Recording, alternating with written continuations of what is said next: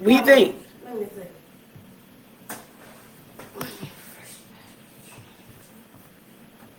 It's counting down how long? Well, it said now we're live. Okay. Let's see. And it says close any unused applications. Yes, you are live. Okay. And it's saying, so the screen is not as big as it was on YouTube. So it says close any unused applications. I don't think I have any open. So Kennedy, if you share it, then you may have to, I mean, if you can see it, because I can't, you may have to share it to, but when you share it to your page, you tag me too. Okay. Okay.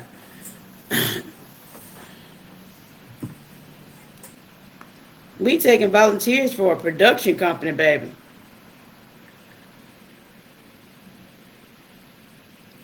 Is that you, the only one that's watching right here? Most likely, yeah. Okay. Let me see.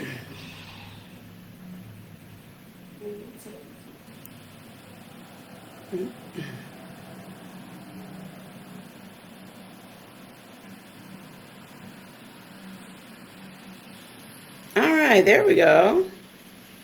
There we go. All right, there we go. There we go. All right, there we go. There we go.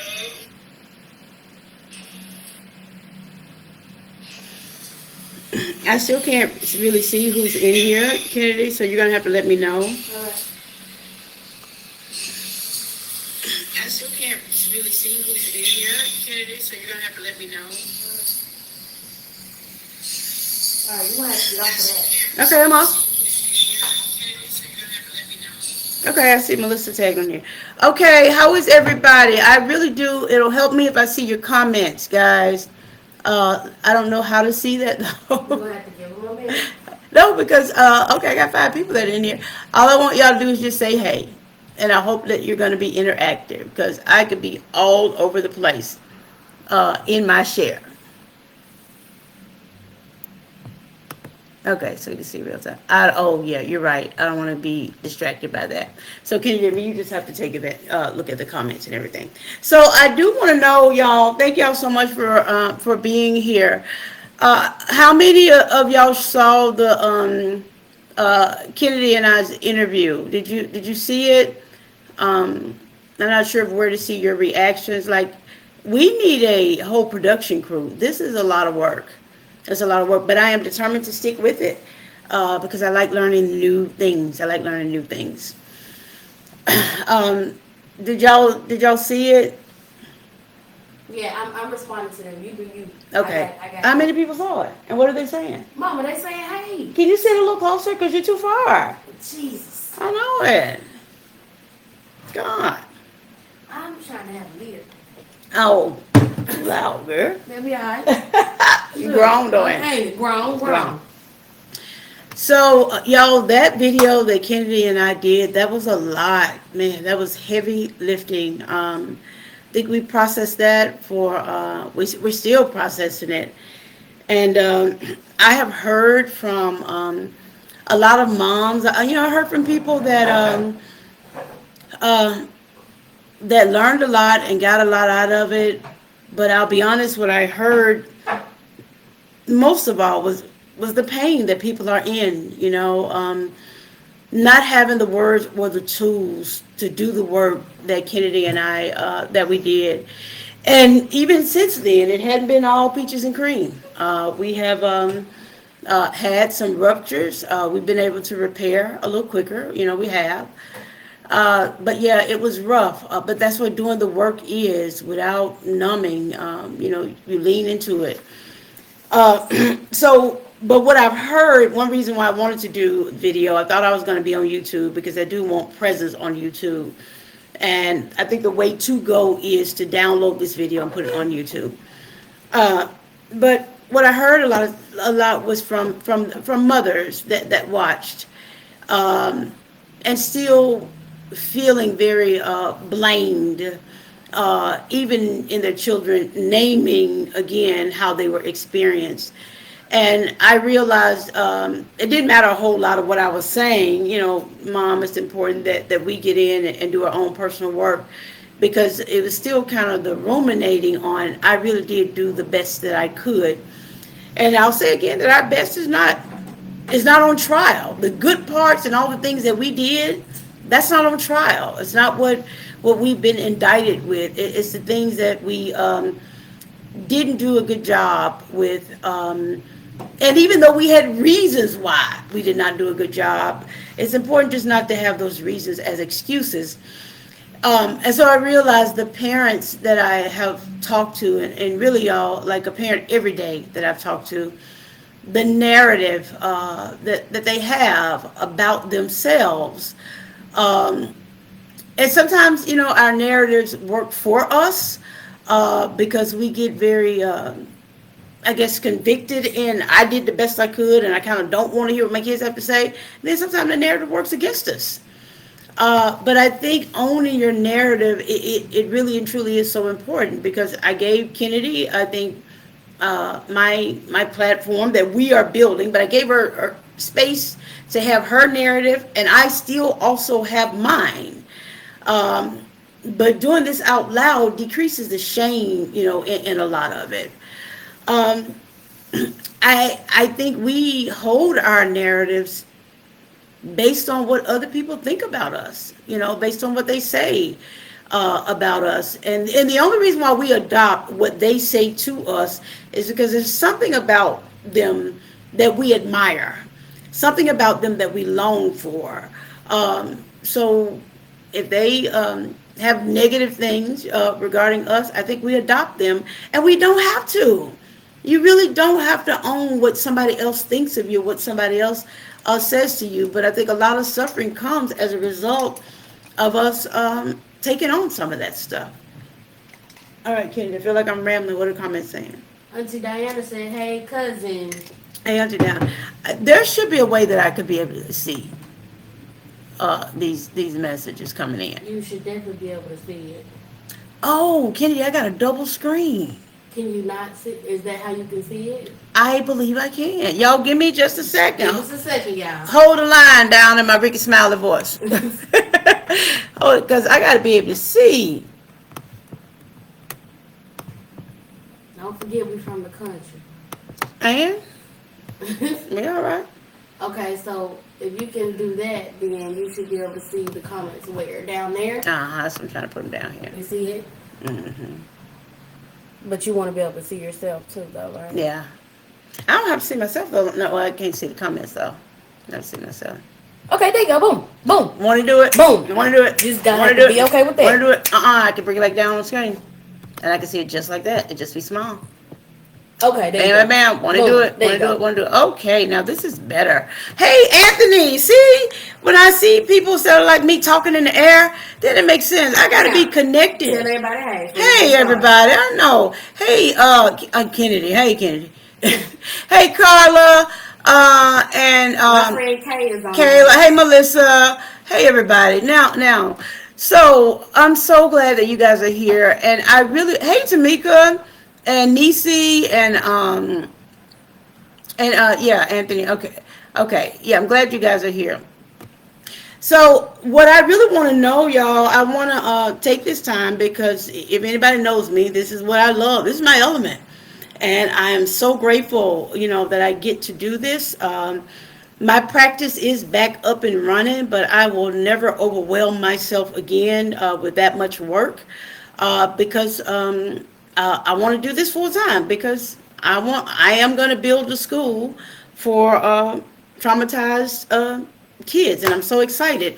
And I want y'all to help me with it. I do. I want the community to help me with it, so we can build this place to give these kids the therapy that they need. I'm a good therapist. I think I am the best at what it is that I do, because the kids from the streets of Memphis taught me, man. Like, I know trauma. They taught me. I know hurt and pain and suffering. But it's going to take us, those of you guys that are on here, to help get this off the ground. So this is kind of my give back to the community. And I will do this as often as as I want to. Shit, it might be live again tomorrow. But I'm wondering, do you guys have any questions about what Kennedy and I did? There's a question in Yeah, there. yeah, I see Carla. Carla, you're so sweet. Oh my God, I can. Don't cry. I'm not gonna cry, but Carla, you know why. And get the tissues. Woo, Jesus, you know why. Okay, well, I'm gonna try to answer your question. You know why? Y'all, Carla's just a miracle. Yeah, uh, just a You'll be alright. It's the quickest thing get I a paper planned. towel, girl. But Carla, thank you for here. And you said, how do I best express my truth without triggering defensiveness in my mother? I think the truth is going to trigger. It is going to trigger people. And I do think going to your mom. I love psychodrama, and psychodrama basically says that whenever there's an encounter, if there is no compassion and understanding at the encounter, it's because you didn't bring it to the encounter. And I think going to mom, it sounds something like, uh, Mom, this is going to be hard for me to say and probably hard for you to hear. And also letting her know if it's the truth. I realize how hard you've worked, raising us and raising me and considering what you've gone through, but this is something I have to get off my chest. And also realizing, Carla, that we can't control how they respond. It's We have one expectation when we have, I think, an encounter, or what Kennedy and I did last week, carefrontation. That's simply to be heard. But we cannot control if they will own it. We cannot control how they will respond. Um, and it's nothing wrong with even saying I can't control the response. I'm a little bit afraid of the response because I don't want it to drive a wedge. It's really over communicating those feelings without behaving those feelings, if that makes sense. But and triggers to me are good. I think when we get triggered, that means that we have work to do. But having hard conversations, they're uncomfortable for a reason, but you grow through them. You really do grow through them, especially if the intent is not to hurt or harm the person that I'm having the hard conversation with. That's my definition of the word weaponizing, meaning I don't want a resolve. I just want to, as my pastor said last Sunday, shout out to PLCC, I just want to whoop that trick because we from Memphis, and Pastor Jason said we could still whoop that trick in the spirit. So, but yeah, it is. It's basically saying that this is going to be a tough conversation, especially if you don't want to hurt or harm or become, disrespectful. The relief is getting it off your chest. That's a very good question. And that's something I think I do well. I walk into tough situations. I do contemplate them for a while because my first reaction is always a 10. Would you say so, Kennedy? Mm-hmm. Like my first reaction is, ugh. And I used to get mad at myself that I would get so angry until I learned that I have to allow that part of me to react, but not use that part of me in the encounter. So I will almost rage to myself just to honor how badly I am hurt or frustrated. And then when I come down, I find the vocabulary to be able to, and that's where I got carefrontation from. So I know we're in a competitive society, but that's my word. So if y'all use it, let me say this: I think God gave me that years ago with how to, because confrontation is defensiveness already. But if I care about you, I want you to hear what it is that I have to say because I do want it to move us forward. I want to move us forward. I do. So thank you for that question. Hey, Dion. And hey, Sheena, how are you? Lindsay, hey, over here. Thank you so much. Thank you. Thank you. Thank you. Thank you. A big reason, y'all, I want to do this is, I think by nature, as Black people, and I'm unapologetic about that. I'm unapologetic about being very specific regarding my audience, with African Americans, with Black people. we've had a long history of being very emotional people, um, but not given the proper tools to express what it is that we're feeling. Um, that's the part that's most disheartening. With all the work that I did with trauma, the first thing that physicians and doctors and nurses would say to me is, you need to see this person because they're so angry. Uh, but when you look at all the stuff they've been through, they're supposed to be angry. But a lot of times, mental health will try to counsel the emotion away. That don't work for Black people. It does not work for us. And I spotted that a long time ago. A part of my stress was because telling us don't be angry or hurt or expressive, then I carried it around the hospital. So I was very animated and emotive, um, because it seemed like, in my experience, the goal was to diagnose or medicate, the emotion away. And now that I'm removed from that environment, that's disheartening. So I've always been the type of clinician that would encourage emotion. I was known for my boxes group, to where I would drop the boxes on the floor really loudly, and I would be like, if you can't have the emotion, then allow me to express it, for you. Counseling is not about muting the emotions; it's about managing them. And unless you know what you feel, you can't get your needs met. That's why we lie and say stuff like, I'm fine, I'm good, I'm okay, I'm all right. And then you think other people, hey, Rochelle, you're right. And we think other people ought to know what's going on with us. They can't read your mind. I think if we are allowed to say, I'm angry, I'm hurt, I'm scared, uh, even now, it just rests well in your body because it's the truth. Or like Carla's question, I'm scared to confront my mom. What if it upsets her? Um, it's just staying in the emotion, the vulnerability of it. But our history, again, we are so defended. We're just so defended and guarded.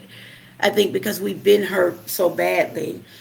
If it took a relationship to hurt us, though, y'all, it's going to take another relationship to heal us.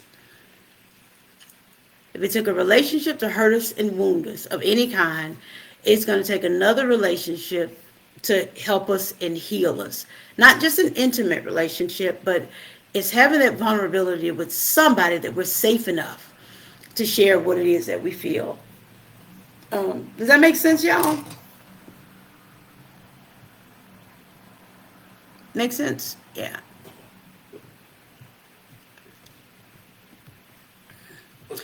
And I think the other thing that comes up for me as well regarding creating safety, in a relationship, it's hard for people that have unprocessed trauma. It's hard for people that have never been to therapy. It's hard to create healthy, safe relationships. Familiar does not mean safe or healthy. Right.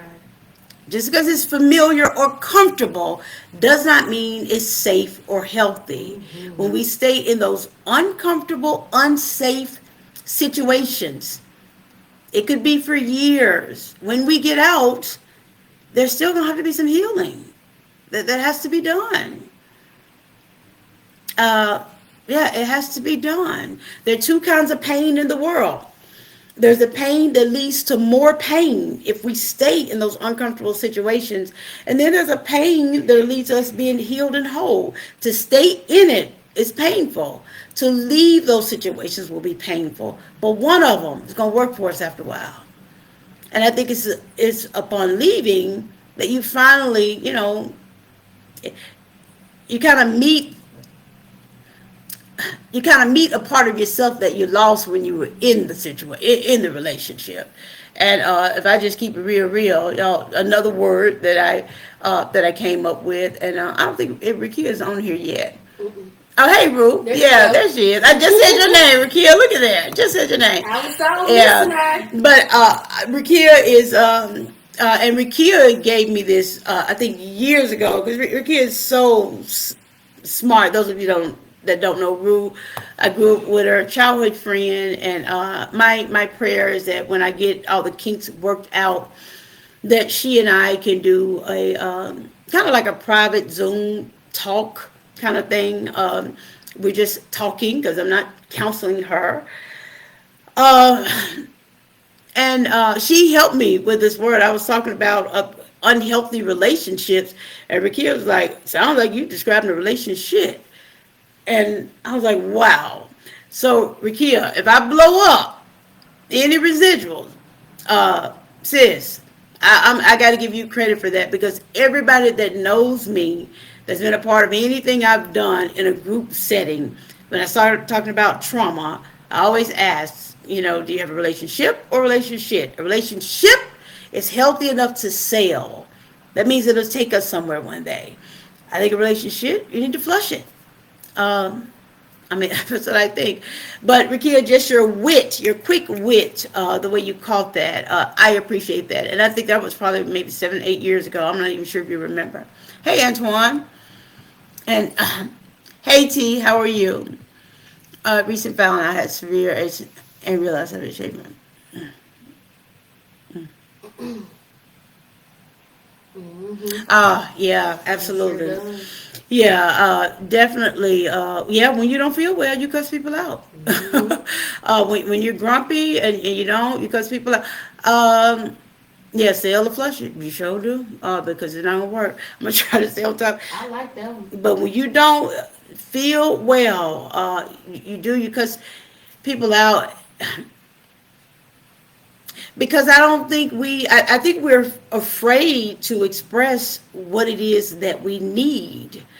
Uh, you know, feeling tired, I need rest. Feeling hurt, I need comfort. You know, but if we can't feel whatever you don't talk about, put words to, we behave. If we don't speak it, it comes out in our behavior. And anytime your behavior is hysterical, y'all, it's historical.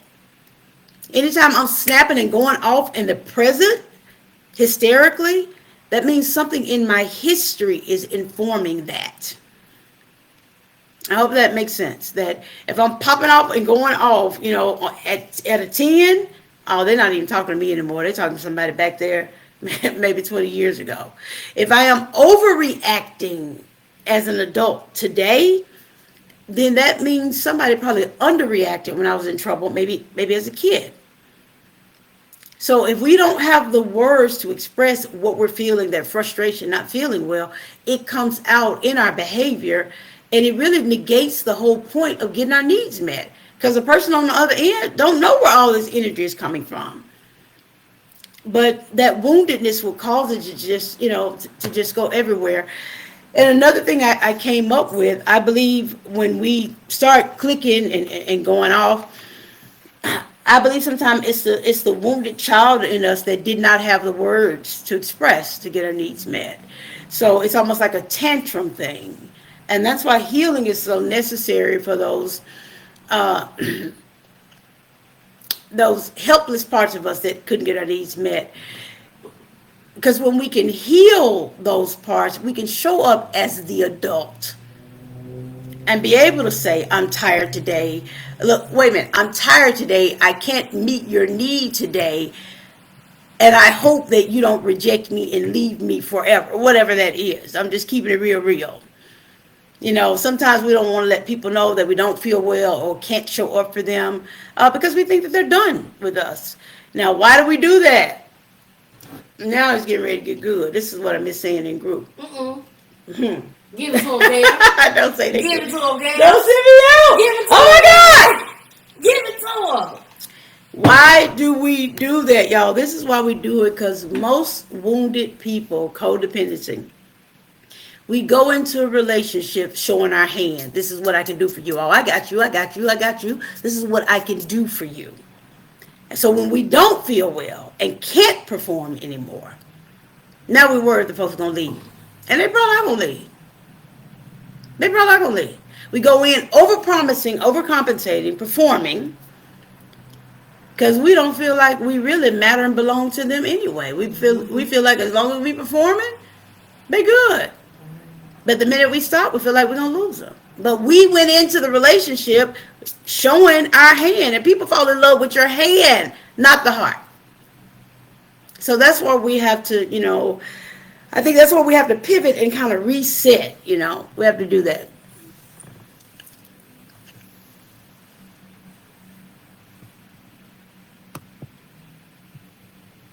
Oh, Missy, thank you so much for your transparency. Thank you so much for your transparency, and I'm so sorry that you went through that. And y'all, I got to put up here somewhere that I'm just talking from my own healing, but I'm not your therapist. I'm coaching you. How about that? I'm a coach. However you want to say it. But I do want you to get what it is that you need. And let me tell you why too. I love my new office space. I love the clinicians that I am now with. Those of you that have been around for a while, just being in the same space with Dr. Ken Tullis, who's a giant in this field. Again, my mentor, Cindy, just being in the space. Did y'all see the confirmation here? I deserve to be there. Do you hear me? Yeah. I deserve to be there. I work for it. I am right where I need to be. So I said all that to say my rates are maybe high, for people that look like me. They may be a little high. They're steep. But at the end of the day, this is my give back to you. This is my way. This is my service back, because everybody may not be able to afford coming to me. That's all I was going to say. But Misty, I want to I'm so sorry, and I'm so glad that you saw the clinician with that much devastation. And going into survival modes and make sure that they're okay. Lord, honey, it's a story that I know. You just become a robot to keep from feeling all of that. And some people too, if you do stop to feel, it's almost like you go under. That's what it feels like. If I stop, I go under.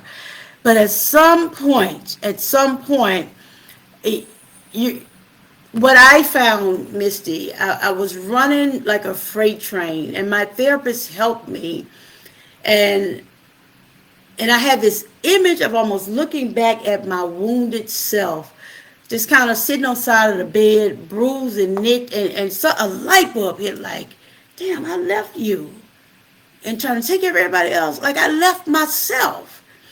And that became my decision to move out of the beautiful home that I was in, and almost go and find myself, rescue myself. But I wouldn't have gotten there, without therapy. Um, I do have some recommendations. And Missy, I'm going to be sure to message you if that's okay, because as tough as it is, none of us can even imagine what you've gone through. I want to do the best I can to give you the resources that I think could help with that situation. But Misty, from what I remember about you, God is not shocked, and that is not me minimizing, because man, I've been so mad at God, like for real though. Just like not mad, but like God, for real, like how does this make sense? Um, and I read a book, y'all, those of you that are Christians, that when you question God, when you get angry with God, He still counts it as worship. Because it means that you recognize His power, that God, you could have stopped it and you didn't. God still sees it as worship. So don't ever tell anybody, in my opinion, don't be mad at God, don't question God. Just own your stuff. You're the one scared to be mad at God. You scared to question God. But a big part of my trauma program was me encouraging people and giving them that option, that God can handle your anger. He can handle your frustration. If you got a God that can't handle it, you probably need to pick another one. And so much of this stuff we turn down so everybody else will be all right. And I don't know, Miss, if you're mad at God or not. That's probably my stuff, you know. spilling over. But again, I'm sorry about you having to endure that. I really am. I'm sorry about that. Um, hey, Melissa, thank you. You know what? I'm so worthy, honey. I'm so worthy. I'm feeling myself. Cory As you Booker, should. thank you. Cory Booker is Man of the Year to me when I heard him say to the Supreme Court, uh, Ketanji, Tanya, well, that's what I'm calling Tanya. And not no disrespect, just a sisterhood. And he was saying that people can say that Venus can't serve and that Beyonce can't sing, but they don't care because they ain't got nothing to prove. And y'all, I'm feeling myself. I don't have anything to prove. One reason why I want to build a school because I feel like I have a school in me. I have so much in me, so many families in pain that I've dealt with, and then my own family and pain that I caused. Okay, I'm gonna own it. Pain that I've healed, that I've helped, that I've dealt with, pain that I've caused, pain that I have been in, that I have been ashamed of. You know, since me holding this stuff, you heal in community. You heal in community. And I think when we tell people how we've been hurt, we think people will reject us. But actually, when we tell people our stuff, they lean into us. They lean in and say, "You too?"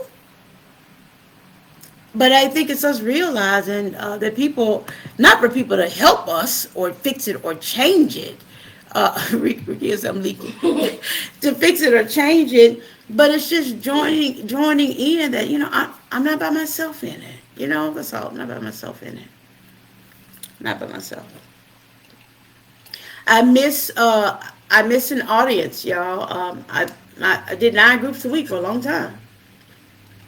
Um, and everybody that knows me, if you work with me, hey Miyaka, how you doing? And hey Brittany, how are you? Is this Brittany?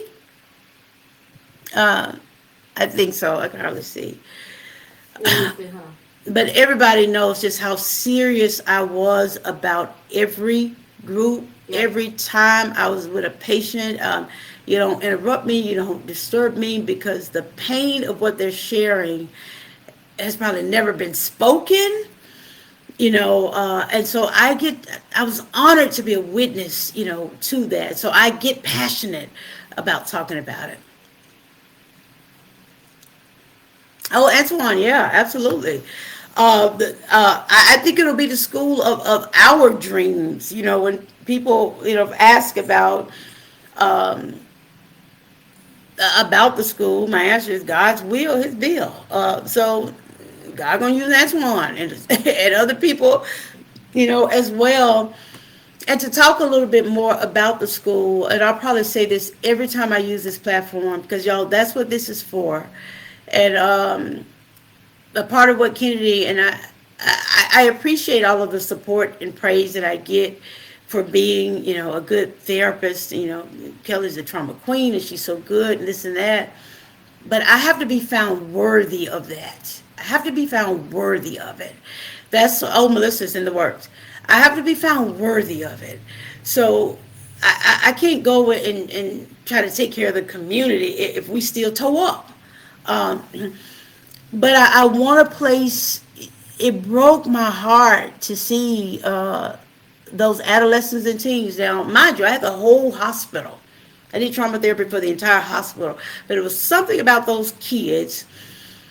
Uh, Kids supposed to be outside playing and making mud cakes. I don't know if Diana's still on here. The way we grew up and running up and down the road, they're not supposed to be. They're not supposed to be molested and raped and left and beat and gunshot and witnessing murder. They're not supposed to do that.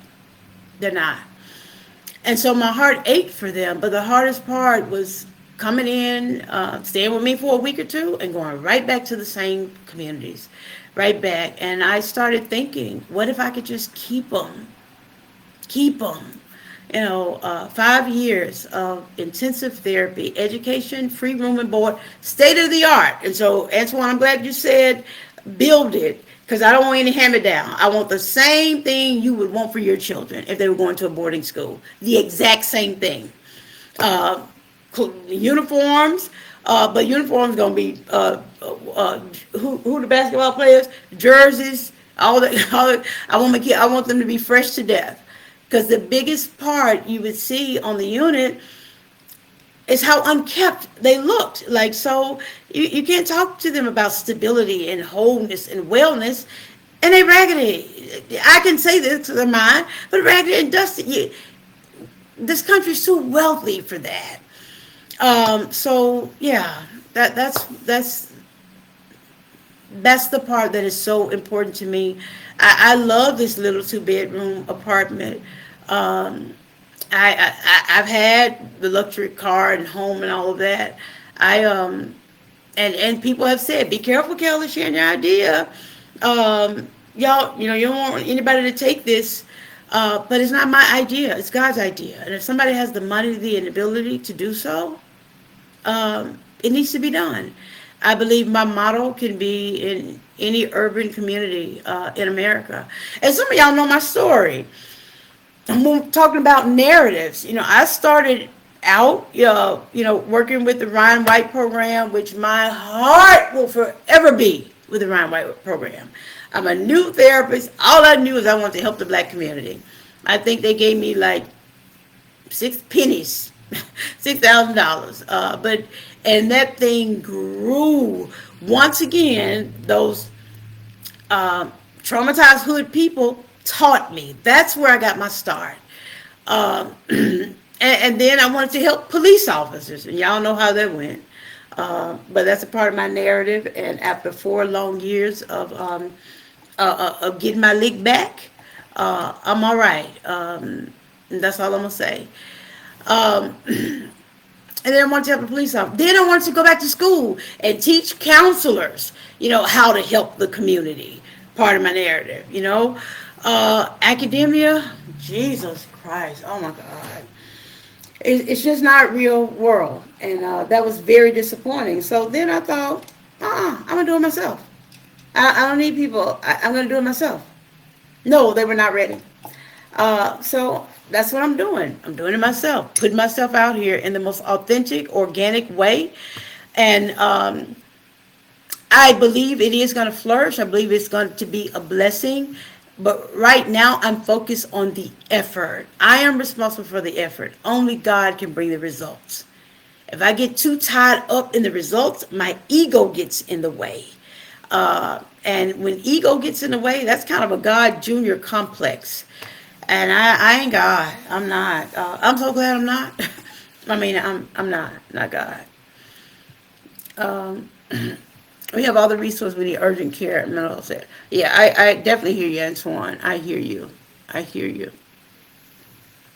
Rakia, you drove from Illinois to Memphis to check out your work and refused to leave your group. Oh yeah, yeah. Now that's the thing, Rakia, and this is what I would say. I don't leave my group. That part I don't do. And even if I would have one person run out of my group, I would always say, Jesus left the 99 for the one. He didn't give me that grace. If one person left, I'm not leaving the rest of the group. Now, if one person left the group, it's because they were not ready. And so I started saying to people when they would come to my groups, my door is never locked from the inside. Never locked from the inside. Because when you go through trauma, your choices are taken away. You're forced. I would never force somebody to stay where they don't want to stay, especially in a place that's supposed to be safe and a place of healing. Thank you, Carla. I received that. And Pastor Everett, thank you for being here. Thank you so much. I receive that from you all. I do. I receive that. Yeah, so that one that would leave, I would call a staff. I would call a staff person while doing group bilateral stimulation. I would call a staff person, tell the rest of the group, take a deep breath, imagine something, and the group never would even notice the slight interruption. I think God just graced me to be able to do that. I did it day in, day out. With whoever was hurting, if they wanted it, the doors were open, but I didn't force anybody. And I think that's another thing with narratives, you guys. We really can't force people to move on our timetable. But think about how hard it is to change yourself. How are you going to change somebody else? That's it. I mean, we can't force people to do what we want them to do. The narrative has to be, I'm sad. We have to love people even though they don't fulfill the agenda that we have set for them, even though our agenda may be the best thing for them. Meaning, I'm sad that you won't stop smoking crack, and I love you anyway. They're both true at the same time. I believe stopping smoking crack would be the best thing for this person, but they're human. They're not devalued. Still worthy. Um, that when the kids would come and be like, Miss Kehhli, how my mama gonna tell me something? Look at what she doing. I used to say on purpose to them that if a meth head, crackhead walked in this room right now, and I hope Lakeside on here listening, if y'all work with me at Lakeside, because this is the stuff that, now I'm getting mad. This is stuff that I would do in group, and most of them wouldn't even know. This is how real I would get. They didn't have a clue what I was doing. But this is what I would say to the kids, that if your addicted mom or dad walked in the room right now, I would listen to, and if they were an active user, I would listen to every word they had to say to me. Even if it was, Miss Kehhli, this ain't the life you want right here. You don't want to be like me. You think I would stop and listen? So just because somebody is active in a struggle, be careful saying how you going to tell me something. They got a whole lot to tell you. They trying to stop you from getting to where they are. Be careful dismissing that. I think that's where we go wrong. Because they've struggled for so long and they still here. They didn't figure something out. But I would, give the kids, permission. Because here's the thing. People will put their parents down, put themselves down, so you won't get to put them down. But I would stop them. No, you're not going to say that about your mom and dad. Not in front of me. You won't be able to do that. Because something in them, has kept them alive. But I will say that, don't believe her, y'all, because she ain't coming, they overpromise when they're active in their addiction. And in the moment, they mean it. But I would help my kids a lot of times with, watching the expectation. Because they mean it. It's almost like give them the grace. Make them think, oh yeah, you're coming. In the moment, I think a parent, they really do mean it. So even at the University of Mental Health, that's one piece I've thought about. I do want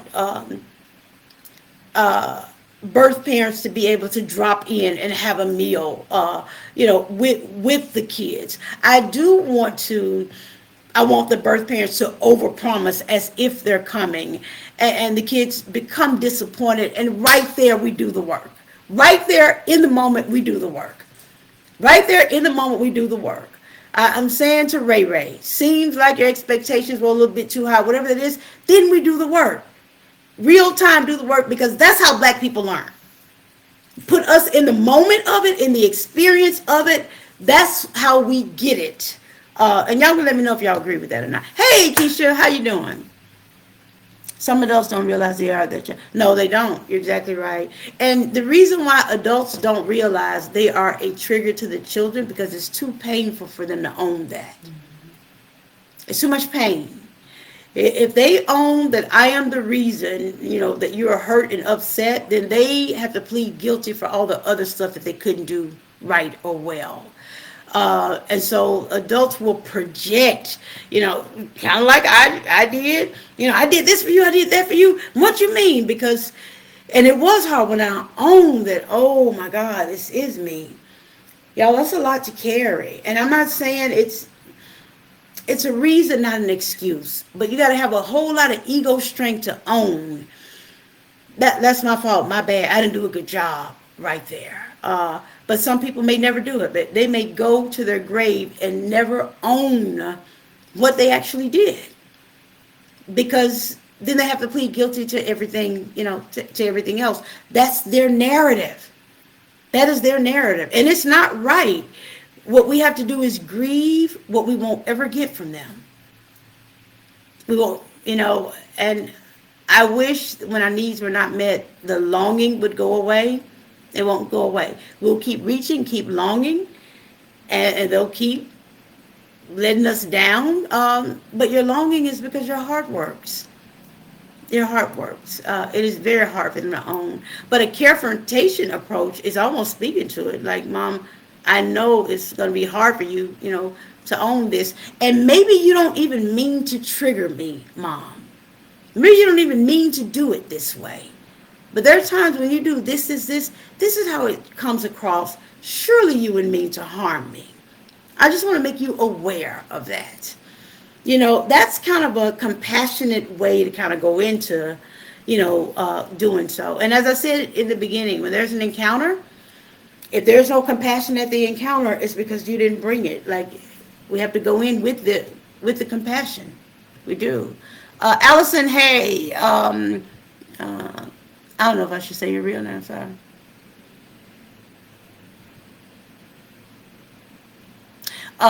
What would you tell the Columbine killers if you the killers of that?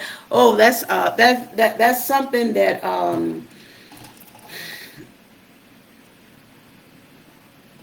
that's a heavy question. That is something. That's not a question to you. That was a quote. Oh, okay, I got it. Okay, you don't want me to answer. Okay, thank No, you. it's a quote. Thank you, Kennedy. Okay, I got to answer.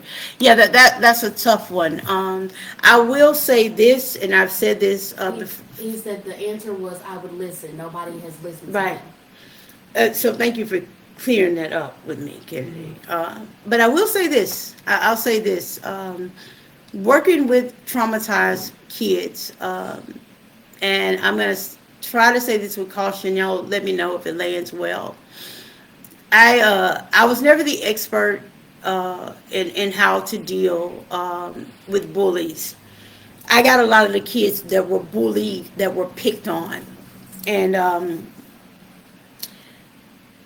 going through that much, being ostracized and excluded and demeaned, um, I guess I could kind of see how they would believe, going into a school and killing everybody would ease a lot of their, a lot of their pain. People can only take so much. Adults too, they can only take so much. Now, I know the debate of in the black community will say, black kids don't go and shoot up schools. That same pain, though, we kill ourselves in our community. So even when if Pookie kills Ray Ray, somebody didn't listen to Pookie or Ray Ray. It's tomato, and so that's where my mind first went to. I think white kids that are not listened to, it is projected outward. I think there are times, but it's situational too. But you guys kind of see where I'm going with that. It's situational as well. Does that make sense, Kennedy? Mm-hmm. Yeah, it's kind of situational with that. Uh, it is hard. I think we have to communicate that we want to be listened to, though, because there's nothing worse with somebody saying, and this is the wrong question, like, what's wrong with you? Or what's wrong with you now? So the person that needs to be listened to, what are they going to say? Nothing, I'm fine. I'm fine. So the kind of what's wrong with you now, that person is like, I've done everything. Like, what is wrong with you? When that question needs to be, what do you need right now? Y'all get rid of the what's wrong with you. It's such a judgmental question. It's what do you need right now? Or just acknowledging, looks like you had a rough day. Is there anything I can do? It's that becomes the listening piece. And sometimes we have to listen without trying to fix it. Anybody guilty of that? As soon as they start talking, you go right into giving them advice. Well, you just need to do this. You just need to do that. No, you're not listening. And the reason why we go straight to advice is because we can't sit with the pain of it either. I used to tell parents sometimes to ask their kids what was the best part of their day, what part could have been better. And the part that could have been better, I don't say worst part, but what was the best, what part could have been better? And so I said, if your kid comes home and say, well, Ray Ray didn't sit by me at lunch. And so parent be like, man, forget Ray Ray. You got to be worried about Ray Ray. Let Ray Ray go sit with somebody else.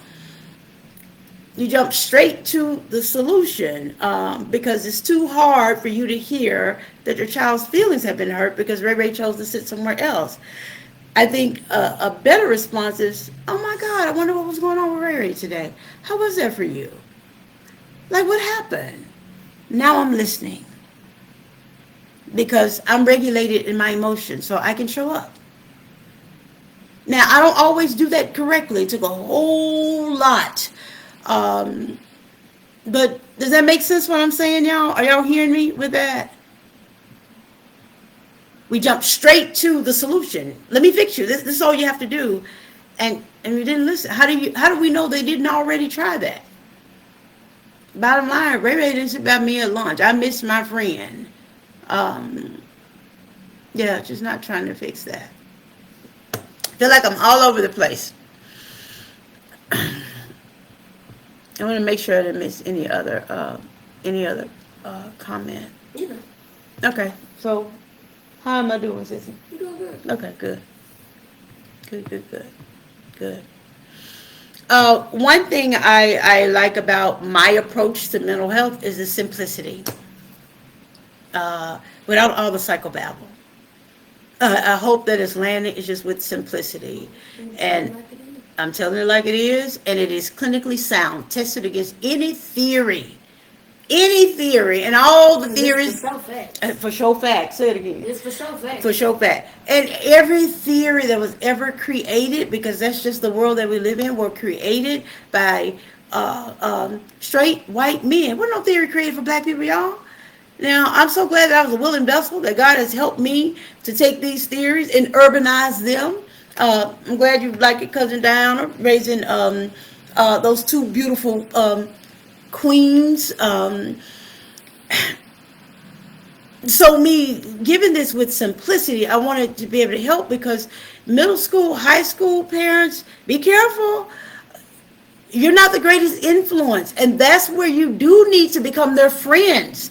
I get where Big Mama them came from. I ain't your little friend. You better be their friend today.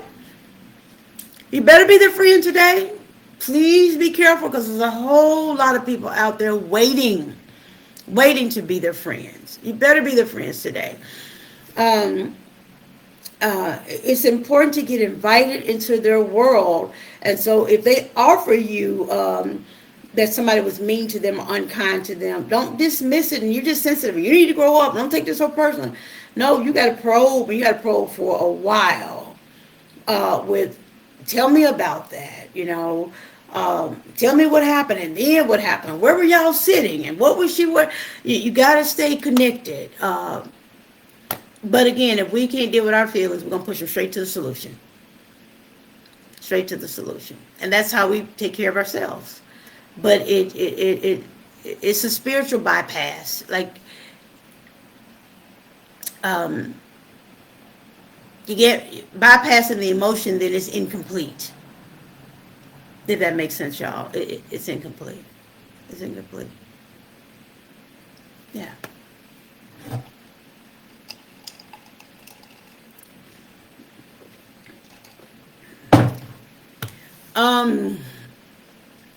I think I'm just kind of freestyling. I don't know.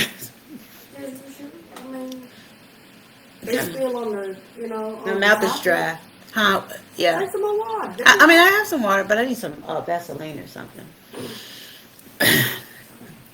So glad you said this. My daughter and I bonded so much. We'll talk about that.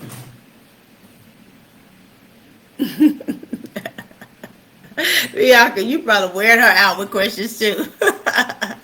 You know what? But since you're the one asking all the questions, I challenge her to ask you some questions. You know what I mean? Balance it just a little bit. Because she's getting ready to be an adult. In age, and of course, Kennedy over here will always be my little girl, but she's grown. Yeah, because they know how to answer our questions, y'all. These kids know us so well. Man, they know us so well, don't you? And one thing I found out, I think I shared if y'all were in the messenger rooms after Kennedy and I did the video. One thing I found out was when I was so glad when Kennedy was picking up Dre when we were going through all of our go through. And I was like, "Ooh, I'm so glad that last period class, whatever she had, was canceled or whatever that was." That, thank you, Lord, thank you, Lord. But I didn't know that she was skipping school to go and get Dre, and so she had so much anxiety right up to the point of graduation because she didn't think she was going to graduate. And I just realized that last week after we did the video. I Now all of that irritation around graduation and all that makes sense because like she took that hit, that sacrifice. Um, Make sure so you didn't make me do. You didn't make me skip school. It's just something I no, thought I had. I Yeah. didn't make her skip school. I would have wanted her to be there because if she hadn't, Dre was gonna have to learn how to ride an Uber. You know, uh, but the fact that that she did that. And I forgot even where I was going with that. But Miyaka, I'm so glad that y'all talk about everything. I think it's good to even let her know how it makes you feel that you are invited into her world. I'm a big believer of thanking my kids so much. Oh, thank you. It feels good to me when you say that. Y'all saw me, and that's real. Oh, say it again. Oh, if she tell me I look cute, I do say it again. Because if my kids tell me that I'm sharp or look cute, I ain't studying what y'all got to say. Do y'all hear me? If my kids tell me something, you can't tell me nothing. Uh, it's when I hear from them. But I'm a big believer of I like how you are grateful and how you appreciate me, or I love hugs. It's letting them know that they do have more. They have something to offer us as well. How do we preventively with our children when it comes to mental wholeness? I love mental wholeness. Carla, I think it's a lot of what we're talking about now. Sharing, expressing feelings, identifying their needs, not shaming them for what their needs are. Uh, and being honest, if we cannot meet the need, that we'll share in the sadness that we're unable to meet the need. But there's nothing wrong with having the need. Our needs come from our deprivations. Whatever we didn't get, and oh y'all, what y'all saw Kennedy last week, all the stuff she did not get from me. The other day, she was going through her phone, and I'm watching her kill it with these preschooler kids, like what she's built, like all the stuff she didn't get from me. Uh, like she found other kids that I also gave it to my needed class. it. She gave it to her class, which to me probably reciprocated that back to you. uh, I didn't know that she needed that, and I did know that she was such an awesome preschool teacher. Like I really didn't. But Carl, I think what your question is attending to, which is something I didn't do well, and I'll say to honor other mothers in my woundedness, I couldn't hear the feelings, and the needs. Thank you, Kayla, for saying my baby is amazing. Ain't that sweet? She's gonna make me cry. See there. Thank you. Um, but it's listening to their feelings, identifying the need, and legitimizing the need. Our needs come out of deprivation. Our needs come from what we did not get. And people are so ashamed of the fact that they have needs. Um, Unwanted feelings produce unmet needs. Um, Not overpromising, but sharing in the grief if the needs may not get met. It's a human experience. As humans, we're going to always long for stuff. We're going to always long. Um, Another thing I think we have done incorrectly when we accuse kids and even people of attention seeking, they're connection seeking. You got a kid acting out, a kid that's very whiny, they're trying to connect. And they're trying to connect to me emotionally. They're trying to connect. I remember having a 5-year-old in treatment, and a a part of it was they were coming up with all this stuff that could have been wrong, why he was acting out in school and all of this. And y'all, he couldn't draw. He couldn't write his fives. Like, it's a true story. Like, the baby couldn't make his fives. He didn't want anybody, and everybody else could. So he wasn't connected, to anybody. So the acting out was him needing just a little bit extra attention, to connect along those lines. Um, so yeah, yeah. Hey, Brenda, how are you? How are you? How are you? How do we speak to our children about things we did wrong when they were a child? I would first of all eliminate the word wrong. That's just me. I uh, I ask my kids a lot. What is it that I could have done differently or better? You know, can you tell me what I could have done differently or better? How did it impact you? Most of the time, though, kids will, oh, mom, you're fine. I don't bring it up. You're fine. And they're trying to protect you. My my kids have never said I was fine to y'all. No, I think they were always ready to come for me. But kids will say, "Oh, I don't want to talk about that." Made it to that. Sometimes. Sometimes you did. Sometimes you Sometimes. did. But I think it's what is it that I could have done differently or better, and how did it impact you? Is there anything I can do today from that point? Because in my woundedness, now let me say this: I don't know if Kennedy remember when they were, because again we're fighting, coming for each other. You're not here. You weren't a good mom. I said, well, y'all weren't good kids either. Hmm. I said that. It wasn't You easy for know, neither one of us. it wasn't easy for anybody. I think Caleb said one time, well, we didn't ask to be born. Well, I didn't ask God to put you in my womb. So, petty. Because at some point, I got tired of the pop. And that calmed it down just for a minute. It calmed it down just for a minute. But it still was very unsettled, within me. Um, and that's when I knew, it was getting bad, and like I got to do some more work because I don't like how I feel about them. Um, I got to do, so yeah. But I did the, kind of tit for tat, thing. I think conversations when we're going to confront our children, or our parents. I think they need to be, planned. I don't think it need to be spontaneous, catching somebody off guard. Like we said, sometimes we'll send a text. I need to have a tough conversation with you.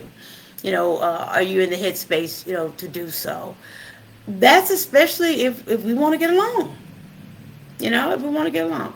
Can y'all share this video? Is it too late? Yeah, I can share it. Oh, okay. Yeah, y'all. Well, next time, because we'll be back. This is cool. So next time we'll be sharing it, and then I have to put this on the YouTube.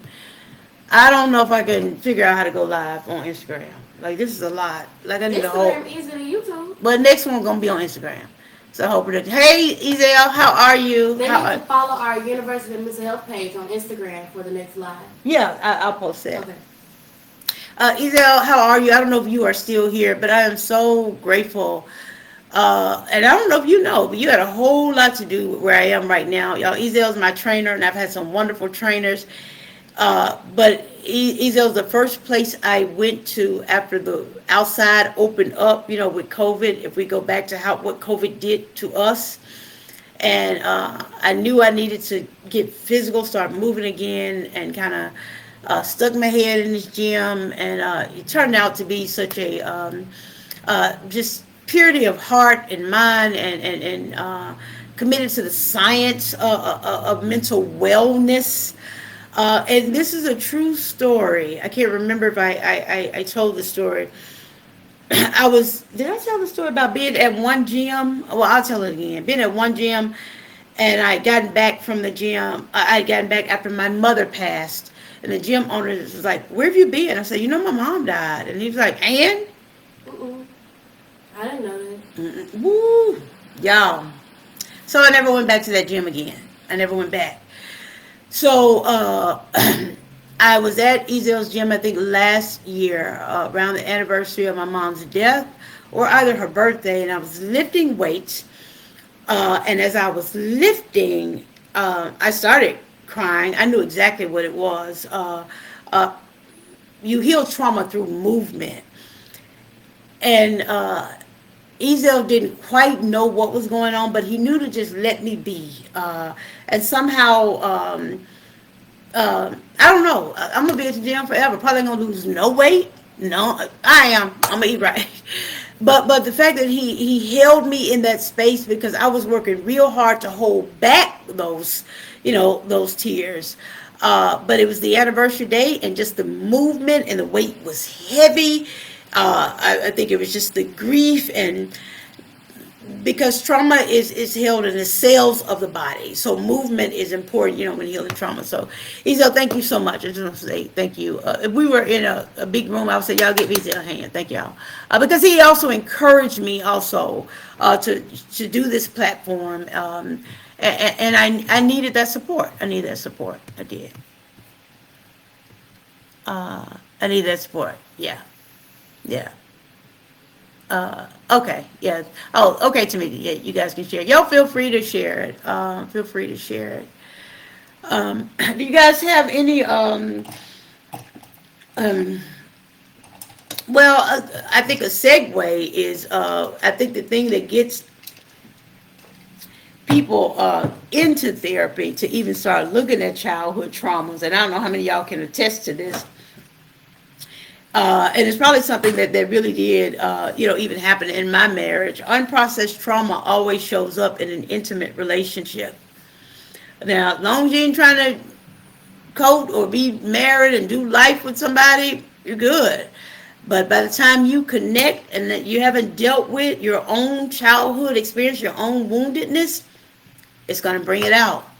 Because the expectation is for somebody to be safe and protected. Like you have all these expectations on people. You pull them into a role that they didn't even know was vacant, because we were so unhealed. So a lot of people get into therapy, based on some of that, unprocessed stuff, which is another reason why what I want to do, I'm doing this. Uh, I think black families are capable of being healed. The crust of our community lies on the family unit. I mean, it does. And I think healing looks good on us. And I'm excited about. I'm grateful for my role in this process, whatever it may look like, whatever it may look like. I'm grateful for it. I really am. Uh, but Terica responded. I think that's why we have to be careful, y'all. You don't even like you. Be careful trying to get in a relationship with somebody. You want them to like you.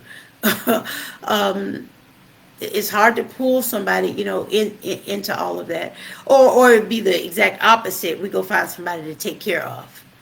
We feel like if we take care of them, it'll heal something in us, and actually, we just end up being used and left. And people are not afraid of being alone. They're afraid of being left. They're not afraid of being alone. People are afraid of being left. So we will do anything to keep people from leaving us, to our detriment. We will, because when we went through traumas, we felt very alone and disconnected. And we'll do anything to keep from feeling that feeling again. So we live from woundedness. We live from that place. And we take people in as our hostage. And it kind of looks like this, like I got you based on my issues. What we really want is this. We're free to go back and forth as we please. Meaning I choose you every day. I choose this every day, not the manipulative piece, of that. This is suffocating. This is suffocating. It is. Woo! So, Kennedy, how much more time we got? 15 minutes. 15 minutes. 15 minutes. Thank y'all so much for being here. The next one will be on, I'll do another one on Instagram. Y'all, I really do. I asked you this like 3 or 4 times. I'm kind of in my feelings about this. Can y'all inbox me something about what y'all want to talk about? Or y'all just, I'll keep talking. I mean, the next topic was supposed to be look good so I can look good. Oh, From the Facebook group. That was supposed to me be. and you. That was, well, I guess, I yeah. know you. You wanted to do a live by yourself, so the next live Okay. would be me and you doing the look okay so I can look okay. So Kennedy is right about that. How we want our kids and spouses to look good, so we look good. or feel good, or, whatever it or was. feel good. And that was because that's the thing that came up. Like, long as I got her hair done, nails, and car, she looked good. I need you to look good. So I'm not judged based on, how you. I need you to help me keep the lie. Basically, yeah. And that's just not in families. That's in churches too. Church, I'm coming for y'all eventually. I have to be obedient. I'm coming for the black church, and I can say this out loud because it's my channel. Man, I'm so glad I ain't got to be censored. I think where we are, white church, white Christian evangelicals, this whole thing is all your fault. That's what I believe. You bear most of the responsibility as Christians and evangelicals, and the things that you weaponize. Like, where is the love and the acceptance? Uh, I'm sick mad at y'all, but I'm talking to us, the black church. As long as uh, we look good, but we don't want to be good. Y'all, that's just not right. We still promote and uphold black leaders, knowing that they are abusive, knowing what they do to the flock, knowing how they continue to re-traumatize. And we're suffering. And if the truth makes us free, then why does church demand we tell a lie about what we feel? Well, that's why we're still bound, because we lying. I didn't get free until I left the church. And again, in 2015, I left the church. I didn't leave God. But let me balance this out. With all of the knowledge that I have and training, I would not be here right now if it were not for Dr. Jason Mitchell and Sharonda Mitchell. Because I needed the fellowship in the community and worship. I needed all of my resources to be here in front of y'all. So I can talk about the church and come for the church because I love the church. The church has not done a good job with mental health. And in your defense, you didn't know how. My hope is that I can help you with, some of the tools. But I believe the church has a lot of earning. You have to earn the trust of a lot of the people that we've also wounded. I think it grieves the heart of God. And me sitting on the knowledge that I have, I love God, reverence for God, but I'm going to tell the truth. I'm going to tell the truth. I ain't coming my best, I'm going to tell the truth. And I ain't scared of y'all. I don't know what you going to do to me. Now I'm getting all in my, like. You gotta give my credits for that. What? Who was gonna do something to you? Yeah. Kendra's like, who's gonna do something to you? But when I get like, what y'all gonna do? The true feeling is, I'm scared that y'all might reject me. I'm scared that the church may reject me or get mad at me, and I'm gonna do it anyway. And you might reject me, and I'm still gonna be all right. And I'm still scared, and I'm still gonna say it, and I think it's gonna be okay. But then I don't know. All the feelings at the same time. They're all true. They're all true at the same time. Show did free after church. Yes, I did. Yes, I did. Free after church. And the only reason why the black church is as sick as it is, though, now let me keep it real, is those of us that have still promoted it. I mean, people can only do, the only reason why Trump is president, people promoted it. That's a whole nother lie. I know it's a whole nother lie. We ain't going there, but what?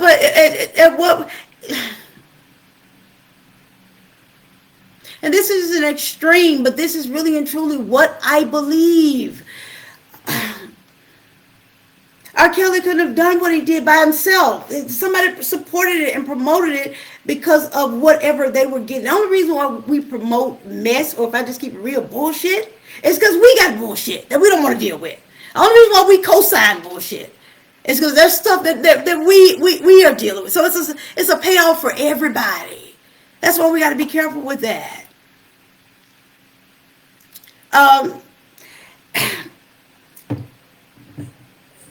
My COVID affected my health greatly, which I left Lakeside, and that was very painful. But I'm gonna be real honest. I probably could have pressed through and stayed, but I saw things that I did not like when they started pulling me into admin meetings and watching how corporate works. And I get corporate has to make money. Well, for 12 years, my head was down working with bodies and people, so I didn't know. But since I'm a little, impaired, whatever you want to call that. Now I'm coming into planning meetings and all of this, and I'm looking at, oh, I don't like what I see. So in good faith, I can't stay. For one, I'm sick, but at the same time, now that I see this, I can't unsee it. I can't unknow it and still doing what I'm doing, with integrity. I'm not proud of that though, y'all. Sometimes I wish I could just turn this off and shit just be normal. Like, I don't care. I I can't ride. I can't do that long. Once I saw it, same thing when I left the department at University of Memphis, the counseling department. Once I saw it and kind of bring it to your attention without weaponizing it, but the only reason why, let me go back. Thank you, God, for giving me this. The only reason why people stay in such toxic environments and promote toxicity is for matter and belonging. If people confront the people that are not doing a good job, they risk their spot in belonging, y'all. Everybody has a human desire to belong. That's why whiteness can't speak out against racism sometimes, because if they speak out, then they're outed. They're excluded from their family and in their community, because we have this desire to belong. So I do get why it's hard to say something, or confront something.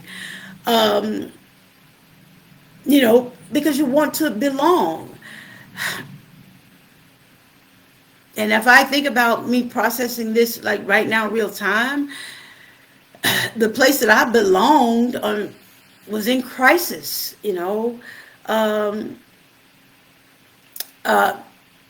just crisis. I could deal with trauma, easily.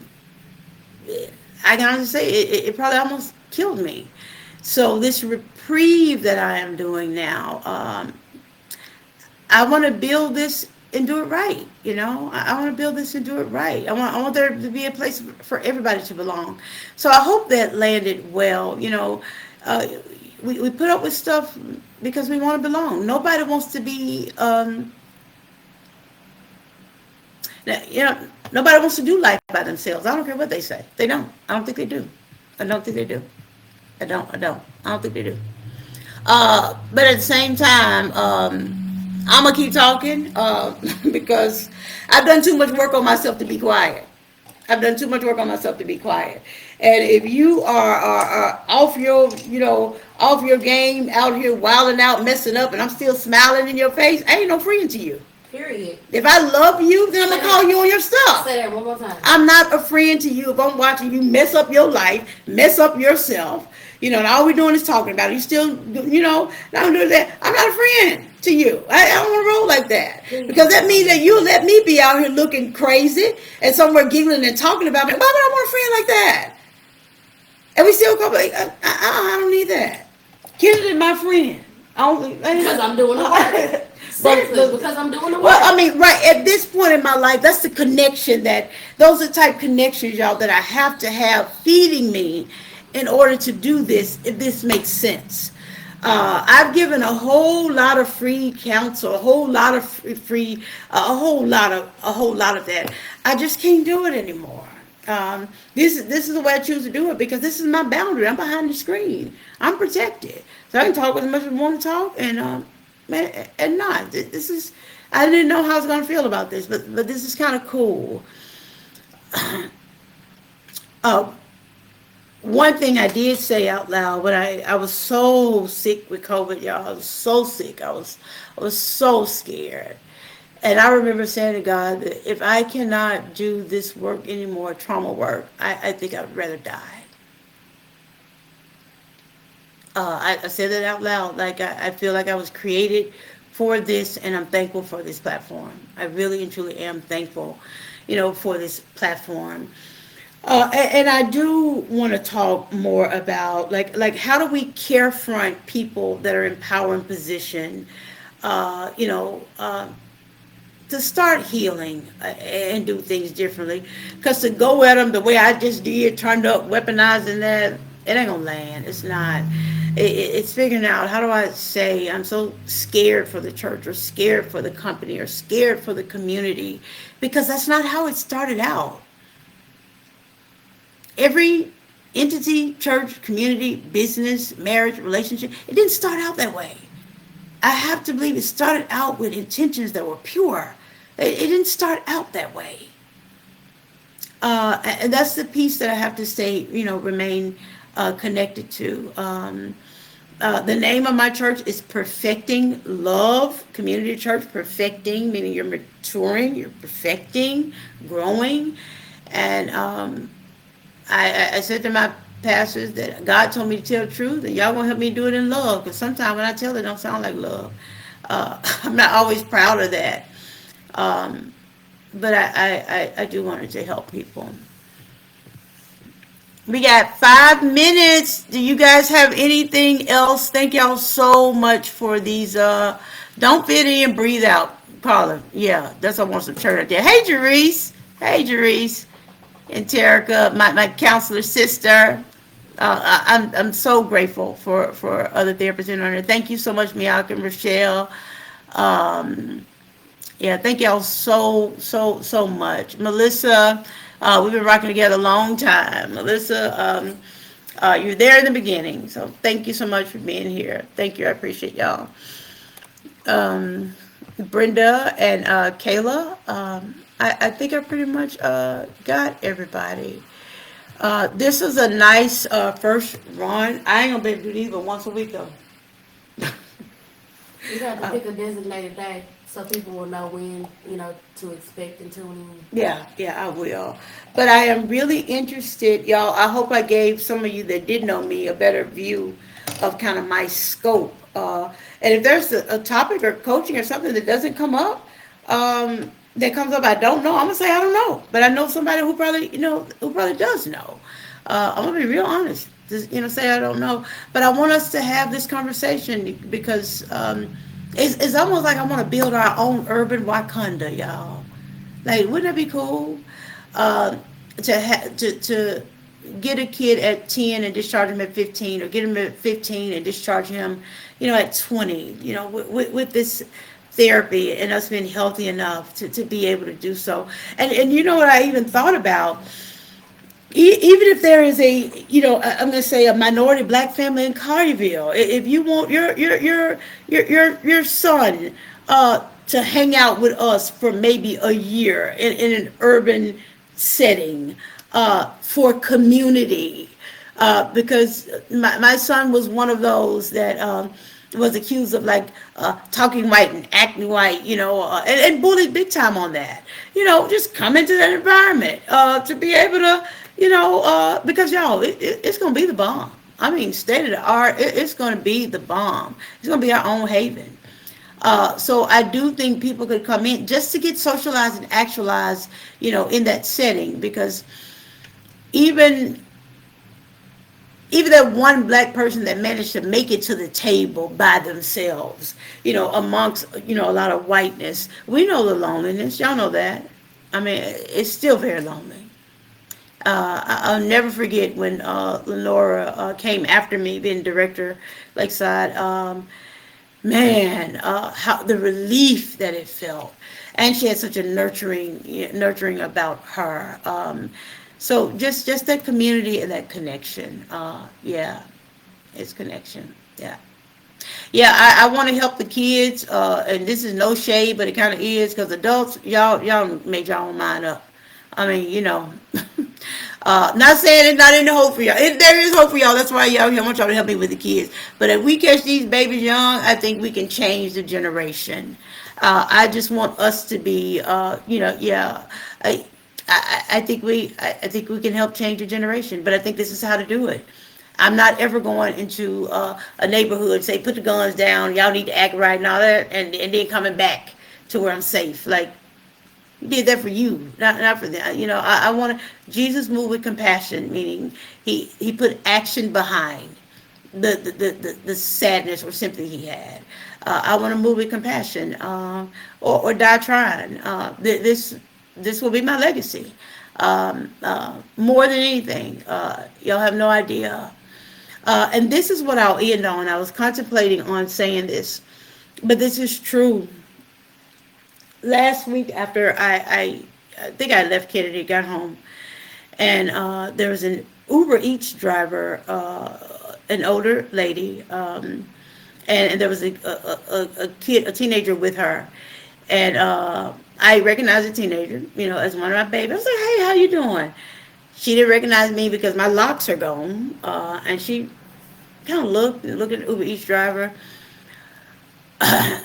So it came back to me, her the history, and we had worked with this baby for a long time. She's a victim of sex trafficking. I'm just gonna keep it real. And it took it a minute to register. It was hard for her to say hello, like she had to get permission because she's with an adult in my building at the elevator. And I think I called Kennedy. You sent me a voice message. I think like it triggered the heck out of me. Then to the point, y'all, I came upstairs. I'm thinking like, there's nothing I can do. She looked fine. She looks well.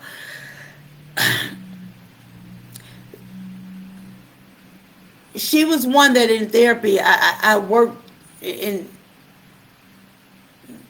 I'm not disclosing, who she is, but I'm saying this because it's of service to why we need this. She was one that I had to coach her on how to reverse roles with her pimp, so she could get away safely. But even her getting away, she was still going to go right back because it was safe and he was, taking care of her. And after Kennedy and I did the video, this happened like 2 days after in my building. So I came upstairs, y'all, and then I went back downstairs. I was going to run and chase the car to try to get the tag number. Now, I can't run, no more. But it took me a long time to come down from that. But I kept saying, she looked well, though. She did. And, I asked her for, I said, give me a hug. And when she gave me her name, she gave me a name that was an adult name, that she used before. That was confirmation for me. I got to do this. I'm going to do this. I'm going to do this. So that I overshare, y'all. But I can because it's my channel. Boom. Dion,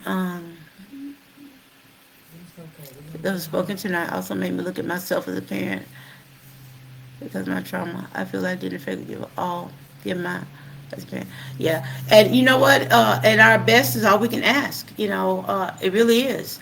I think I think we grieve the areas that we could have done better, but don't dare diminish your best. Because without my best, where would you be, Kennedy? Without my best.